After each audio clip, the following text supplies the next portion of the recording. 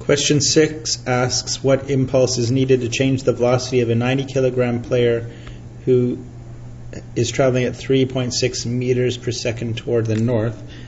So this is the original picture. 90 times 3.6, like that. And now it says to change it to the northeast at 1.2 meters per second. So this is the final one, 90, same mass, times 1.2, or 108 in this example.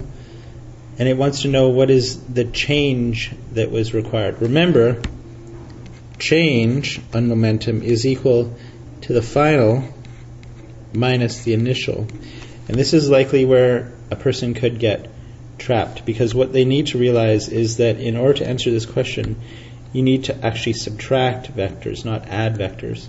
And so the final, we know, this is the final. The initial, we know, this. But remember, subtracting vectors adds head to tail of the reverse of the vector. So I'm going to redraw my P1 as a negative P1 right there. This is my negative P1.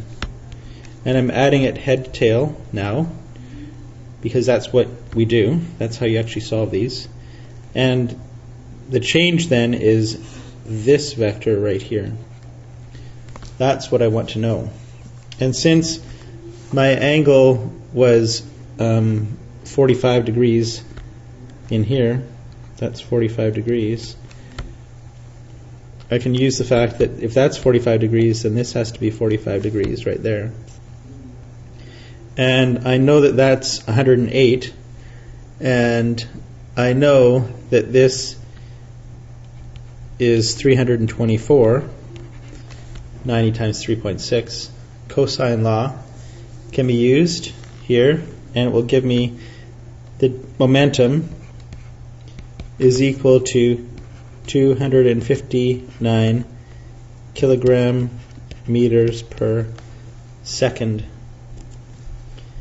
If I want to solve for the angle, you just have to pick an angle. If I want to know that angle,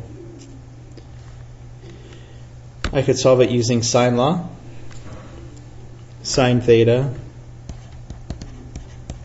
over 108 is equal to sine 45 over 259.